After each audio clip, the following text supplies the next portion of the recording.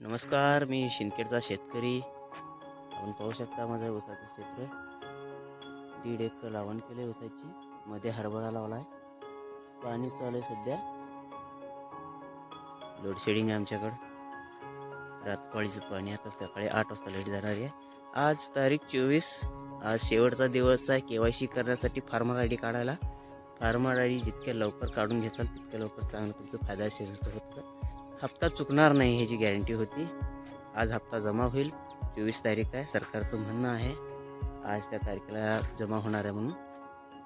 Farmer ID जरी नाही काढला असेल तर नक्की काढून घ्या, अजून पण वेळ आहे. आता परत फार्मर ID निघणार नाही असातला विषय नाही. निघते फार्मर ID. आपलं आधार कार्ड अपडेट करून घ्या. विशेष करून 60-65 वर्षाच्या वरील जे वयोवृद्ध आहेत शेतकरी त्यांच्यासाठी आहे, कारण त्यांना माहिती नसतं नाही का. तर फार्मर ID काढून घ्या, अपडेट करून घ्या अगोदर. ज्याने आधार कार्ड एकदा काढलं त्याच्यानंतर परत कधीच आधार कार्डला अपडेट केलं नाही असे किस्से बरेच आहेत. त्यांच्यामुळं त्यांच्या आधार कार्डला मोबाईल नंबर वगैरे लिंक नाही, तर लिंक करून घ्यावं लागेल तुम्हाला मोबाईल नंबर. परत एकदा तुमचं अपडेट करून घ्या, त्यानंतर सगळं सुरळीत होऊन जाईल. आधार कार्ड लागतो, तुमच्या 7-12 गटाचा सर्वे नंबर ॲक्युरेट पाहिजे तो लागतो, आणि मोबाईल नंबर लिंक केलं की त्याच्यावरती जो OTP येईल ती OTP वगैरे भरून फार्मर ID काढून घ्या. हा हप्ता नाही आला तर काय झालं, पुढचे हप्ते पण कंटिन्यू होतील, तुम्हाला हा हप्ता देखील मिळून जाईल. त्यामुळं लवकरात लवकर फार्मर ID काढून घ्या. आणि फार्मर IDचा उपयोग कुठं होतं तर तुम्ही फार्मर ID काढल्यामुळं तुमच्या शेतातील पिकाच्या नोंद्या ही वेळेवर होणार. परत तुम्ही जर बँक लोन वगैरे करणार असाल तर सर्च रिपोर्ट काढा, वकील धरा, मॉर्गेज करा. हे जर प्रकार करण्यासाठी जे काही आपल्याला डॉक्युमेंटेशन करावं लागतं, हे सगळं डॉक्युमेंटेशनचा खर्च आपल्याला वजा होणार आहे ते एका कार्डामुळं. आणि हवामान देखील आपल्याला व्यवस्थित समजेल. हवामानानंतर कोणती रोगराई होऊ शकते याचा पण अंदाज आपल्याला लागेल. कोणत्या पिका आपण नोंद केले सातबाऱ्यावरती, त्या पिकानुसार आपल्याला कोणती खतं वापरायची आहेत, कोणत्या फवारण्या घ्यायच्या आहेत, ह्याबद्दल देखील माहिती आपल्याला चुटकीसर मिळणार आहे. ते फार्मर IDमुळं. फार्मर IDमुळं आपल्याला जे अडचणी सरकारी योजना घेण्यासाठी येतात आणि योजनाचा लाभ देखील मिळणार आहे.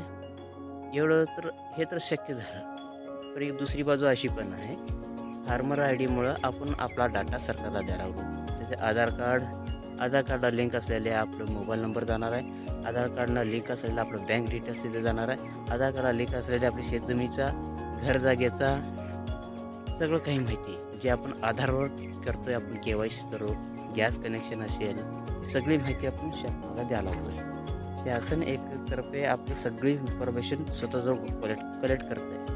म्हणजे डिजिटल माहिती ही सगळी, आणि ही डिजिटल माहितीचा उपयोग सरकार स्वतःपुरतं करणार आहे. महाराष्ट्र शासन असो, केंद्र सरकार असो, ही फक्त आपल्यापुरतंच मर्यादित ठेवणार आहे की थर्ड पार्टीला त्याला सपोर्ट देणार आहे हे सांगता येत नाही. कारण बघा, मध्ये किसानच्या वरती 3 बिलं लागू झाली होती. त्या 3 बिलाचे अजून मंत्रात मंजुरी झाली नव्हती, तोपर्यंत आमच्या अडाणी साहेबांनी गोडाऊन बनवून ठेवली होती धान्य संग्रह करण्यासाठी. तर ते लोक जे आहे काही करू शकतात. तर अशा जे आहेत ना अडचणी, आता समजा, आता सांगते, फार्मर ID काढल्यानंतर तुम्हाला बाजारभाव कळणार आहे. बाजारभाव कळणार आहे की कुठले बाजारभाव तुमच्या मालाला कुठं जास्त किंमत आहे ते सगळं कळणार आहे. मग हे बाजारभाव कळाल्यानंतर तुम्ही काय करणार? आता तुम्ही आडत्यावरती वगैरे जाऊन आपल्या शेताचा माल लावता. मग तेच माल जर तुम्ही बाजारभावापेक्षा जास्त आणि आडत व्यापाऱ्यापेक्षा जास्त जर ऑनलाईन कोण खरेदी घेणार असेल तर त्या माणसाने तुम्हाला जर भाव जास्त दिला, हे लालच ऐकणार तुम्हाला लागणार, आणि तुम्ही ते माल तिथं विकायला सुरू करणार. हे हळूहळू तुम्हाला त्याची लत लागणार. जसं आता मोबाईलचा लत लागला आहे, मोबाईल घेतला, रिचार्ज करा, रिचार्ज केला, इंटरनेट चालू झालं, मनोरंजन चालू झालं.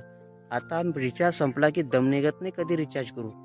तर त्या प्रकारे तुम्ही जेव्हा आपला माल डिजिटल मार्केटवरती विकायला सुरू करता तर तुमची पारंपरिक पद्धत बंद होणार आहे. तुमचं उसण्यापासून बंद होणार आहे. तुमचं माल विका, पैसे घ्या.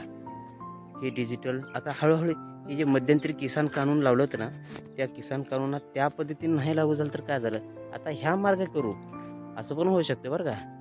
मी म्हणत नाही की तुम्ही करूच नका, असं काय नाही. सरकार देऊ लागलं तर घ्यायला हरकत नाही, पण साईड इफेक्ट सुद्धा बघा काय काय आहे काय नाही. विचार करा.